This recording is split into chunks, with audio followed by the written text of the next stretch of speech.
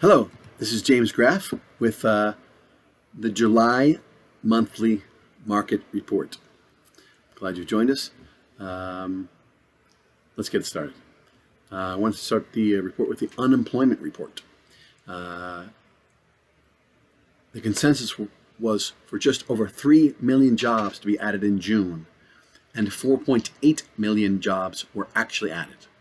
Almost 50% more jobs coming back to the market after we saw the months prior losing jobs. Last month, we gained jobs, but coming into this month, gaining 4.8 million jobs, more than we've gained in the history of unemployment. That's a good way to spin it, right? And really, those jobs came from a number of different areas. And I want to break down that really quickly for you.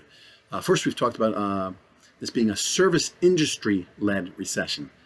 You know that in leisure and hospitality, that 2.1 million jobs were added in that category. 740,000 in retail. We've talked a lot about that as well.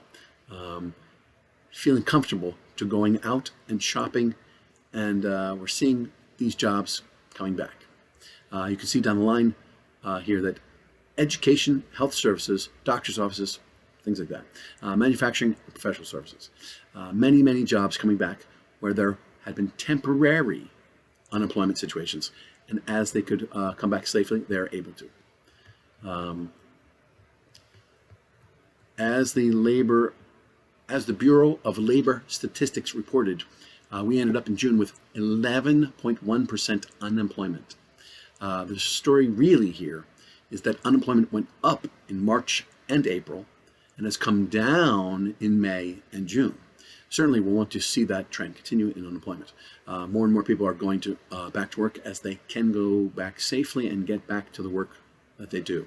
As we break down this 11.1% unemployment, it's important to remember that as 11.1% of the people are unemployed, that still means 88.9%, almost 89% of those out there in the world are employed. 9 out of 10 almost that have jobs can transact and do things.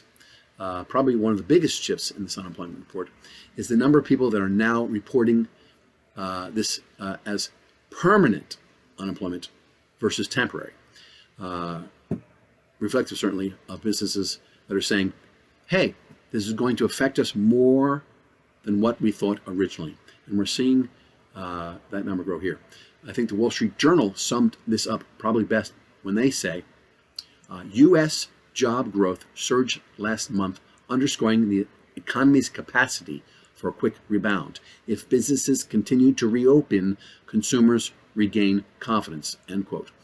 They go on to say, quote, a recent coronavirus spike, however, could undermine the trends captured in the latest job reports, unquote. Interesting. They're more sanguine than most. So we're seeing the economy come back with this quick rebound that they talk about in the Wall Street Journal. Quote, as businesses continue to safely reopen, consumers regain confidence in getting back out and doing things that they were used to doing, unquote. Now, there's that footnote that they add there to say, quote, hey, things that are happening recently with coronavirus spike could undermine the trends captured in the latest jobs report. Meaning, what effect is this recent surge in the coronavirus going to have on the economy? We're going to stay on top of that and continue to watch that. But they go on to say, quote, as temporary unemployment drops, permanent job loss keeps rising, unquote.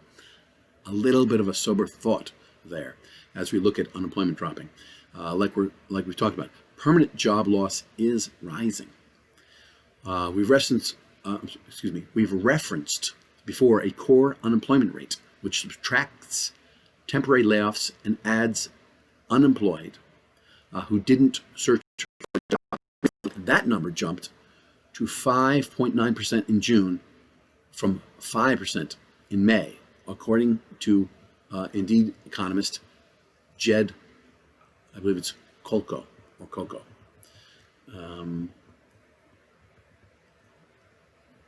We're talking about